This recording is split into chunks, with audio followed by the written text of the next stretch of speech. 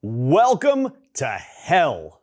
World War III is here, or as I'm going to start calling it, the EEA War of 2026. That's the Epstein election AI war. And I mean, who saw this coming? In November 2011, Donald Trump posted, "In order to get elected, Barack Obama will start a war with Iran."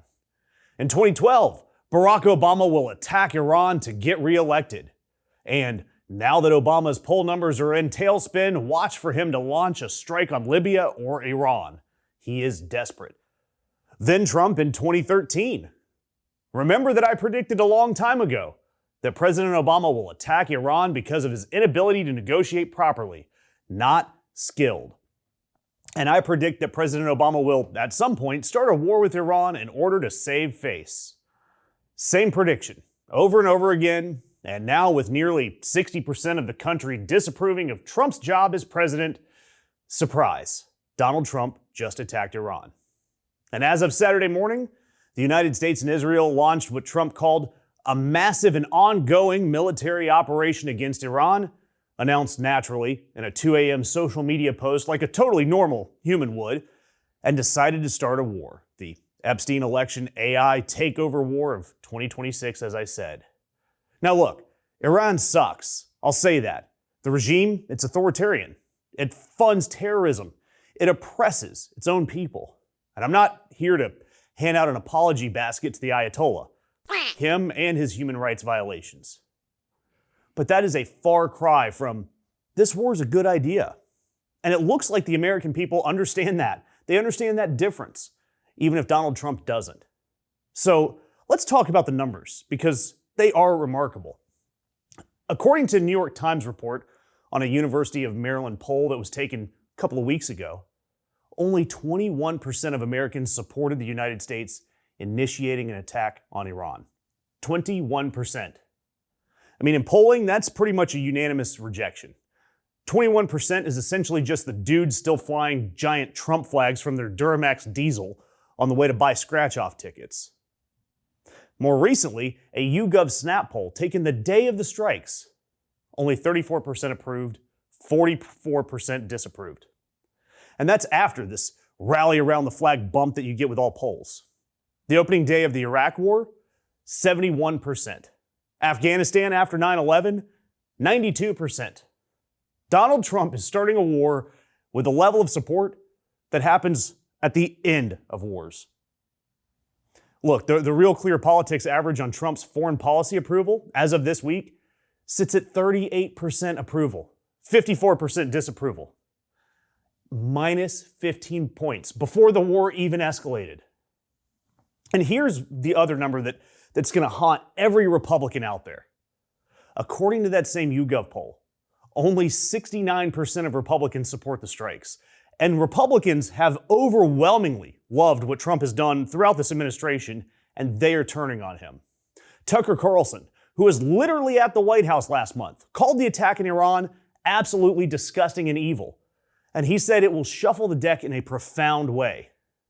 Marjorie Taylor Greene, the crazy CrossFitter cat lady turned politician, who was obviously visited by 3 ghosts on Christmas Eve, posted a profanity-laced message, writing, "The Trump admin actually asked in a poll how many casualties voters were willing to accept in a war with Iran. How about 0, you bunch of sick liars? We voted for America first and 0 wars." Then she added, "We said no more foreign wars, no more regime change. We said it on rally stage after rally stage, speech after speech." Hell, the Hodge brothers, massive MAGA influencers, wrote that Trump completely lied to his voters, backstabbed our country, and disgraced his legacy beyond repair. Thomas Massie, who I want to be careful about because right now it feels like we should be showering him with praise, even though we shouldn't, said this is not America first. And he reminded us all that Iran will not make us forget about Epstein. Remember, right from the 2024 GOP itself, their official account tweeted, "Vote the pro-peace ticket. Vote Trump Vance." You know, the FIFA Peace Award winner. On election night, Trump said, "I'm not going to start a war. I'm going to stop wars." In his inauguration, "We will measure our success not only by the battles we win, but by the wars we end and the wars we never get into.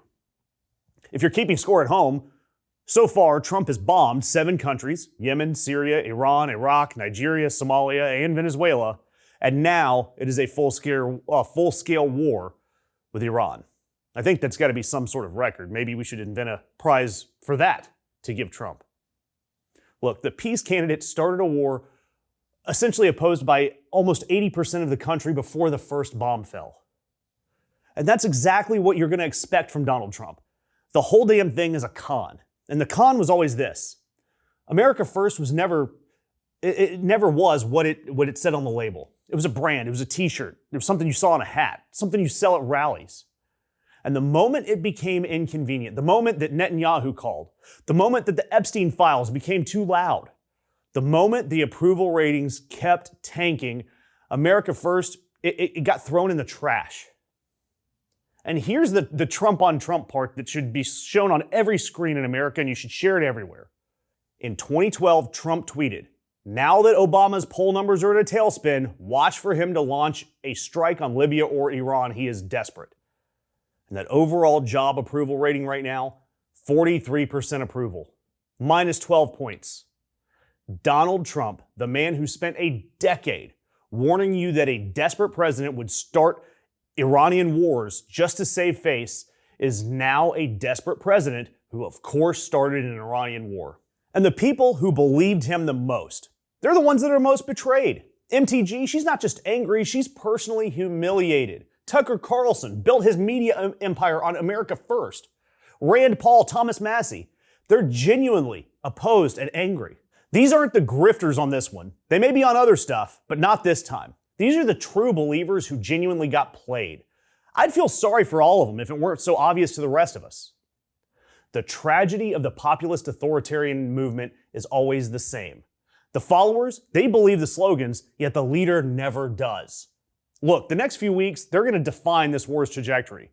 Iran is striking back against U.S. bases and civilian targets in Bahrain, Qatar, the UAE, Dubai. The whole region is on fire. And the man who said he'd never start a war is now asking pollsters, how many American casualties are you willing to accept? The answer, by the way, MTG was right, 0. The answer is always 0. Stick with us, I've got a ton of other videos on the Iranian war, including who's getting rich off this war and how the White House is using it to go after your right to vote. Doesn't it seem like our feeds are getting filled with more and more BS right-wing MAGA content? It's no secret that all these top tech bros are in love with the current regime, so it's no surprise that independent left-leaning media is being squashed by the algorithm. If you like our content and content like us, it doesn't take long to click that thumbs up, share, comment, or subscribe. So please help us keep the truth alive.